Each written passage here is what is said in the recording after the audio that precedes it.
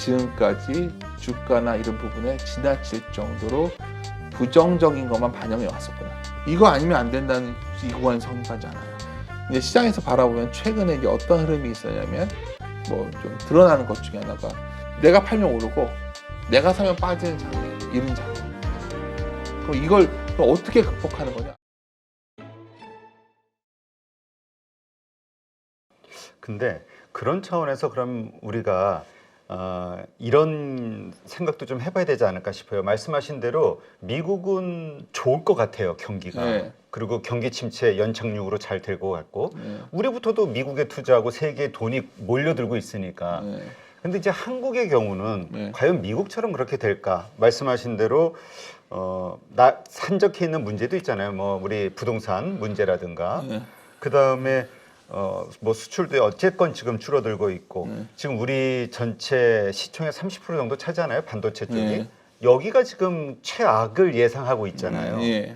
이런 것들이 특히 이 반도체 부분 어떻게 보세요? 이게 그래서 어떤 분은 이러한 악재가 조금 더 노출이 되면서 주가가 빠질 때가 매수 타이밍이라고 보는 사람도 있고 좀 더 기다려봐야 된다. 그 중요한 지적을 하셨는데 지금 우리 시장을 전체적으로 계속 억누르는 게 반도체잖아요. 다음 그림을 보시면 이게 재고예요, 재고. 재고가 이렇게 높으면 이 재고를 떨이해야겠죠. 근데 제가 아까 턴어라운드 얘기를 했잖아요. 그렇죠. 이제 생각해 보시죠. 다 알고 있어요. 시장은 아니 사람들이 대표님도 알고 있고 저도 알고 다 알고 있어요. 그렇죠. 내년 하이닉스 적자 난다는 거 모르는 사람 없어요. 그럼 여기서 하이닉스가 폭락을 하나요? 삼성전자가 폭락을 하나요? 왜 안 하는 거죠 지금? 그러니까 LG전자 적자 날 것 같은 거거든요. 그럼 뭐 재고가 엄청 쌓여 있어요. 가전. 그렇죠. 가전도. 근데 제가 이거 가끔 이건 싫어하니까 제가 TV를 바꿀 계획을 갖고 있는데 좋은 거 이번에 큰 거 사고 싶어요. 비싼 LG 거 큰 거 있죠. OLED 그거 되게 비싼 거 아시죠? 근데 제가 기다리고 있어요. 이거 재고 다 떨 것 같으니까. 아, 특별 할인할 때. 그렇죠. 더 중요한 게 있어요. 이게 언제 꺾이냐? 안 꺾이고 어떤 사람은 이거 봐. 계속 이게 올라가고 있는 계속 중인데. 올라갈 거야. 더 올라갈 것 같아요. 이거만 보고 있는 사람이 있고 저 같은 사람은 뭐냐면 그래? 이번에 희한해요. 벌써 코로나가 끝난 지가 4년이 돼가요. 내후년이 되면 2024년이 되면 또 교체들을 할 거예요. 노트북도 바꾸셔야 될 것 같고요. 아, 진짜 그러네요. 네. 코로나. 아니 그러니까 사람들은 자꾸 운전을 하고서 앞을 가야 되는데 다 뒤를 보고 운전을 해요. 교통사고 나는 거야. 앞을 바라보시라는 거예요. 그러니까 내년에 어느 시점이 되면 한 중반만 지나가도 그럼 다음 그러니까 보통 이거 갖다 키친 사이클, 재고 사이클 얘기하잖아요. 한 4년 정도 얘기하는데 그래서 내년에 재고를 엄청 떨 것 같아요. 올해 말에 내년 초에 TV 같은 거 다 재고 떨어야 된다는 거죠. 지금. 더 가져갈 수는 없죠. 그렇죠. 그냥 이걸 말씀드리는 거예요. 지금 우리가 좋다가 아니라 아까 이거는 다른 말로 하면 우리나라가 주가가 미국보다도 선방할 수 있는 거예요. 미국보다 안 좋게. 왜? 환이라는 것도 껴있으니까. 그리고 그래서 제가 이제 계속 드리는 말씀이 그럼 뭐가 좋아진 거냐 물었으면 계속 반문 드리는 거죠. 그렇게 다 좋다고 했을 때 주가가 상승이 나오지 않았냐는 거죠.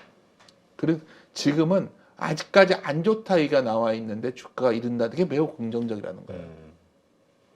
사람이 주식시장의 승자가 소수라는 거는 항상 사고가 2차적 사고 한 사람은 생존할 수 있었는데 여전히 1차적 사고를 하는 거죠. 이게 그래서 저는 자꾸 오늘은 좀 말을 중언부언 하게 되네요. 근데 이제 그런 걱정, 오늘 같은 게 그게 걱정돼요. 다들 이제 그나마 좀 주식 들고 있다고 다 던져버릴 것 같은 느낌? 개인들이. 그럼요. 얼마나, 현금 비중 확보를 예를 들어서 한 30, 40% 해놓고 있었는데, 다행히 이 정도 올라와 줬어요. 그러면 다 던지겠죠. 왜냐면, 그래야 다음 기회가 올 것 같으니까. 내년에 경기 침체가 오고, 내년에 이제 삼성전자 엄청 빠지면 사야지. 뭐 이런, 그런 일이 잘 안 올 것 같다는 거예요.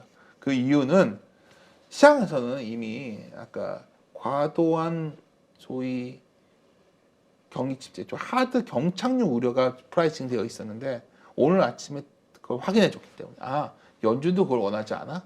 그럼 우리나라도 원하지 않는 거 다 원하지 않아. 그 대표적인 게 최근에 레고랜드 발 사태예요. 아니 국공채와 그 크레딧물 스프레드 보면은 이거 뭐 터진 것 같잖아요. 그렇죠. 거래도 안 되고. 근데 가만 보면 안 망해요. 아무도. 왜냐하면 돈은 많이 있거든, 유동성이. 돈이 어딘가로 흘러 들어가는 거가 아직 확인이 안 된 거죠. 근데 정부에서 유도를 해주니까 나가지 않고 꾸준히 시간 가다 보면 어느 날 되면 이제 해결이 되어 있겠죠. 근데 어떤 분들은 이게 터져가지고 뭔가 망했을 때까지 나는 기다리겠다. 근데 망하지 않게 하겠다는데 이게 뭐가 문제가 있냐는 거죠. 그리고 두 번째는 사실 그것도 문제가 커요. 최근에 보면 장단기 금융차 역전을 갖고서 얘기를 너무 많이 하거든요. 그러니까 이제까지 데이터로 보면 이거는 경기 침체, 그로 인한 경제 위기를 예견하는 거 아니냐. 그렇죠. 그래서 저도 이제 그 고민을 좀 하는데 사실 뭐 장단기 금융차 역전이 된다고 그래서 이 역전이라는 게 뭐냐면 은행이 단기로 차입해다가 장기로 빌려줘가지고 생긴 거잖아요. 그렇죠. 오히려 손실을 보는 거니까. 그렇죠. 그래서 우리가 흔히 말할 때 그것도 역전이 역마진 되니까 은행이 대출 줄여가지고 막 그래서 경기 침체가 온다는 얘기. 그거 아니에요?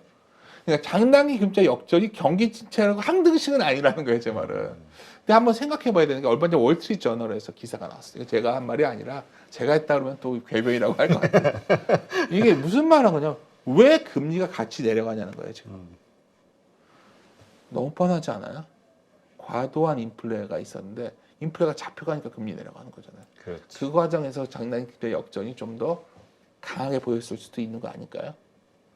그래서 그러니까 이게 장단기 금융차 역전이 이것만 보고서 이제 경기 침체가 급격히 올 거니까 어떤 분은 침체 스프레드가 크니까 더 심하다고 하는데 사실 이거는 여러 가지 변수가 섞여 있는 거예요. 그래서 하나하나 제 말은 이게 제가 뭐 정확하게 이래서 이게 인과관계로 하나로만 뚜렷이 볼 수는 없지만 분명한 거 하나 오늘 말씀드릴 수 있어요. 오늘 좀 생각보다 호재에 민감한 시장이 되어 있는데 그 이유는 지금까지 주가나 이런 부분에 지나칠 정도로 부정적인 것만 반영해 왔었구나. 그게 해소되는 과정인데 그게 해소되는 끝을 아무도 모르잖아요. 그렇죠. 어떻게 아는 거냐면 결국은 뭔가 시장의 사람들의 움직임이 달라져야 되는데 아직 그런 지금 전혀 없잖아요. 예를 들어서 뭐 항상 다수가 되어온 개인들이 적극적으로 주식을 사거나 이런 지유가 전혀 없다면 너무 겁먹을 필요가 없다는 거예요. 그래서 아까 서두에 이럴 때는 매크로 노이 소음에서 벗어나서 주식에 종목에 집중하지 그래서 말씀을 드린 거예요. 자꾸 이런 매크로 이벤트 집중하다 보면 이제 오늘 지나면 12월 됐으니까 12월 둘째 주에 연준이 불안하고 막 이렇게 될 거 아니겠습니까? 그래서 그런 거에서 좀 벗어나자 말씀드린 겁니다. 지금 그렇다면은 그 어떤 주식을 가져가야 될 것이냐 네. 이런 거 고민들을 할 수밖에 그렇죠. 없는데 아까 말씀하셨듯이 지수는 크게 움직이지 않으면서 네. 이제 좀 어느 정도 가면서 유지가 되면서 이제 종목 장세가 펼쳐진다고 하면 하나 이게 좀 서로 엇갈리는 게 그렇다면 중소형주들의 어떤 종목 장세가 펼쳐지는 건가라는 생각이 하나 들고 근데 또 한편으로는 외국인들의 시장을 또 끌고 가는 역할을 한다고 하면 또 외국인들의 성향은 지수 관련 대형주를 사잖아요. 그러니까 대형주가 앞으로도 더 좋을까? 최근 좋았잖아요. 네. 더 좋을까? 아니면 이제는 중소형주의 시간이 올까? 제가 아까 그래서 각자 순서가 다 돌아온다고 말씀드린 거예요. 음, 그러니까 대형주가 일단은 가장 편하죠. 근데 대형주는 미리 좀 지수를 움직였고 왕리 높고 지수가 올라왔으니까 그럼 중소형주에 찾겠죠. 심지어 이럴 수도 있죠. 최근에 낙폭이 컸던 주식 그냥 돌아설 수도 있는 거예요.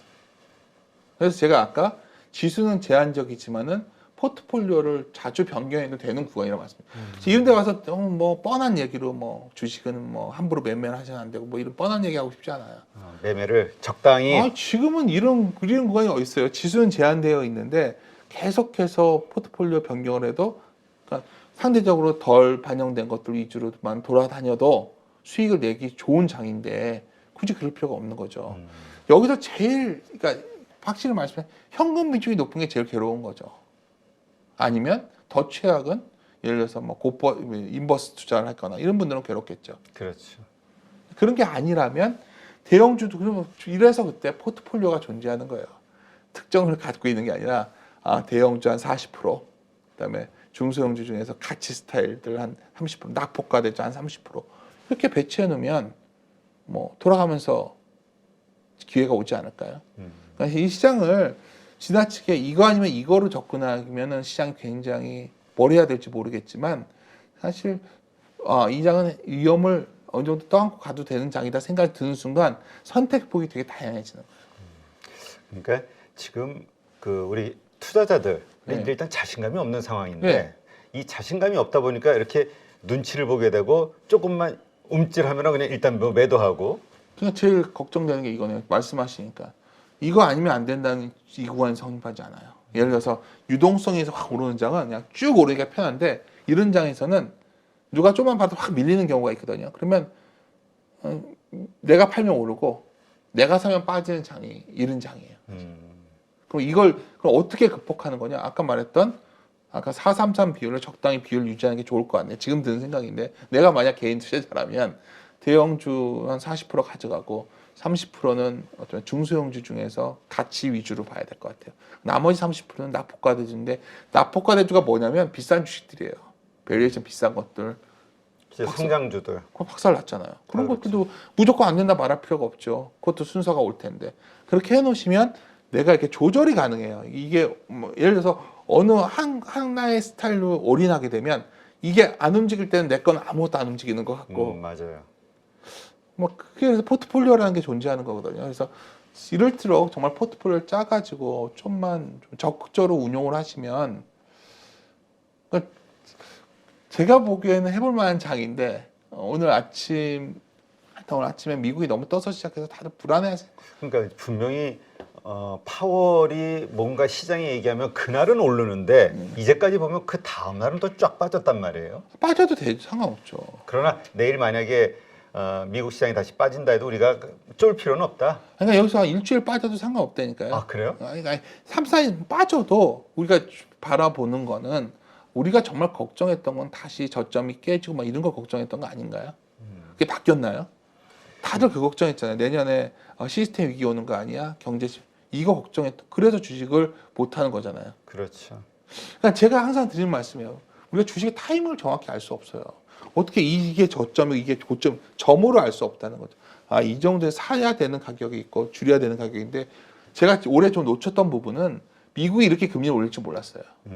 저는 이렇게 빠질 줄 몰랐어요. 저는 솔직히 말씀드리면 2,400, 500 정도면 의미 있는 저점이라고 봤어요. 왜냐면 3,300에서 2,500 오면 괜찮은 거 아니에요? 그렇죠. 많이 빠진 거죠. 근데 생각해 보십시오. 3,300에서 2,100이 왔어요.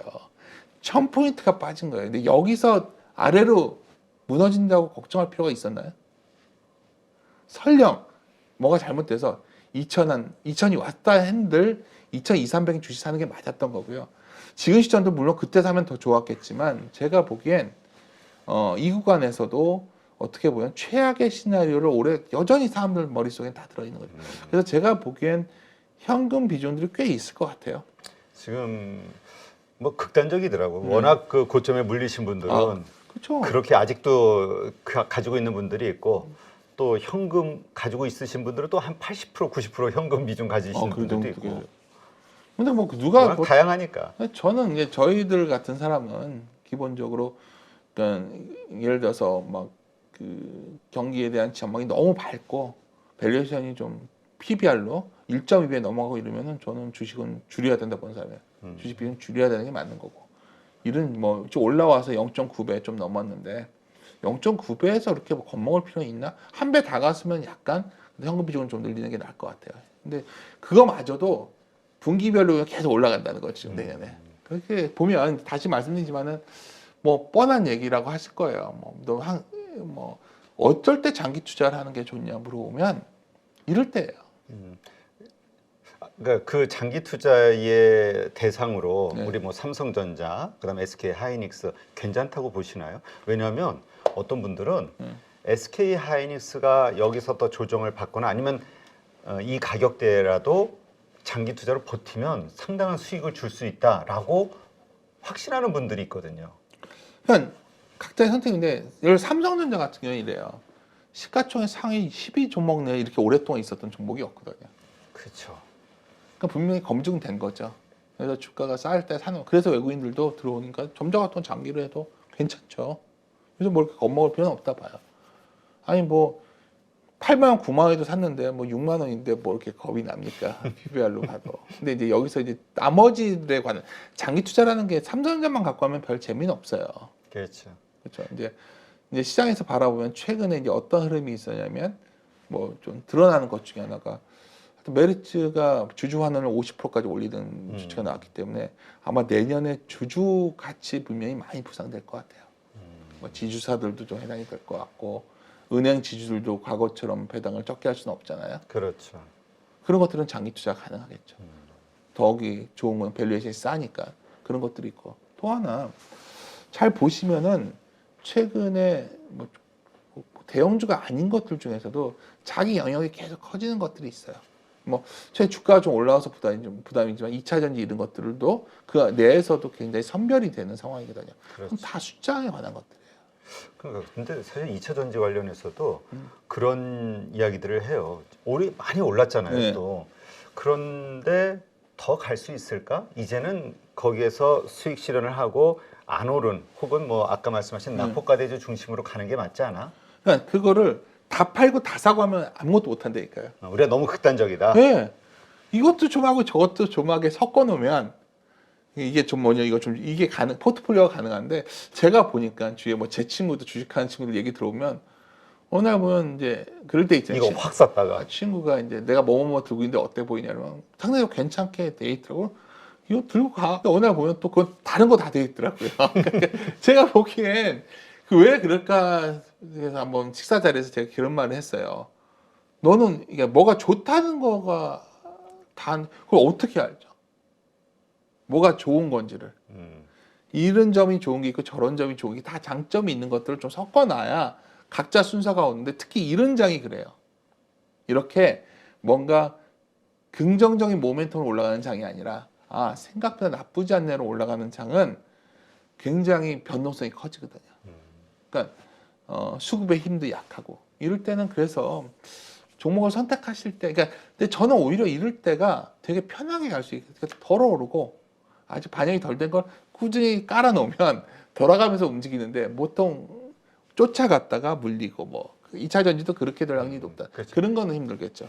그 우리가 이게 낮은 가격에서는 잘 못 사게 되고 이게 막 좋다 계속 급등하고 그러니까 막 올라갈 때 차라리 추격 매수하는 건 좀 쉽게 결정하시는 것 같아요. 그래서 이제 기를 때 권해드린다면 내가 한 올 1년 동안에 매매에서 가장 손해 많이 봤던 종목이 있을 수 있을 거예요. 좋은 회사인데 그런 거 잘 보시면 되게 매력적인 가격에 와 있을 확률도 있어요. 하긴 그게 그렇지. 자꾸 우리는 새로운 거에서 찾는데 그냥 내가 좋다고 생각했는데 시장 분위기가 안 좋아서 아직까지 회복이 안 되고 있다면 뭐 그런 것들 보셔도 되지 않나.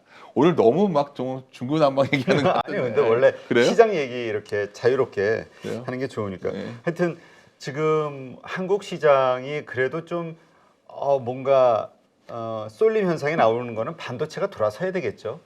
수출도 돌아서는 지표가 반도체고. 그러니까 외국인 수출 다 연결되는 게 반도체예요.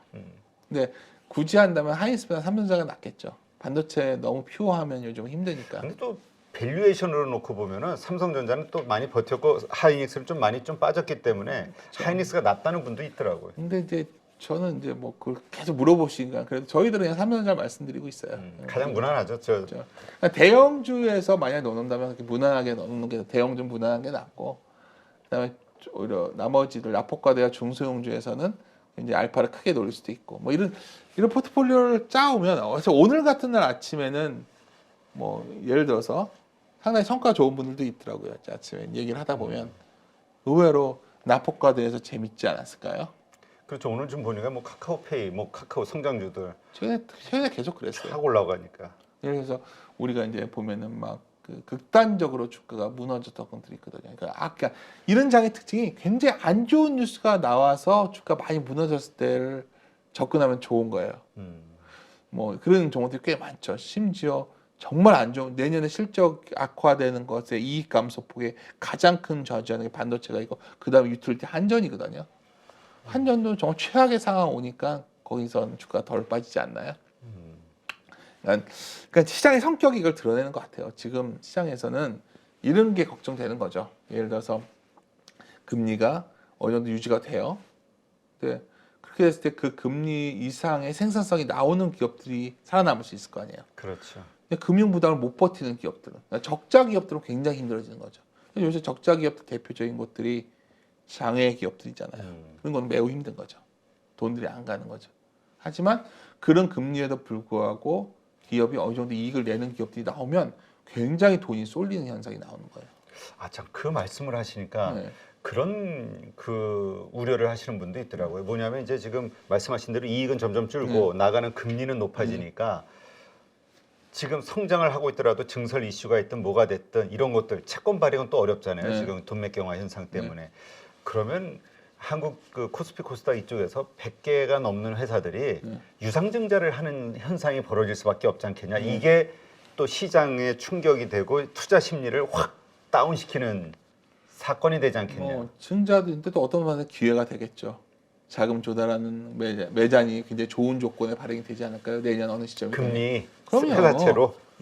쿠폰은 그럼요. 야, 유상 그러니까 주가 면에서 그렇죠. 어떤 현상에 안 좋게 보면 안 좋게 보이는 거고요.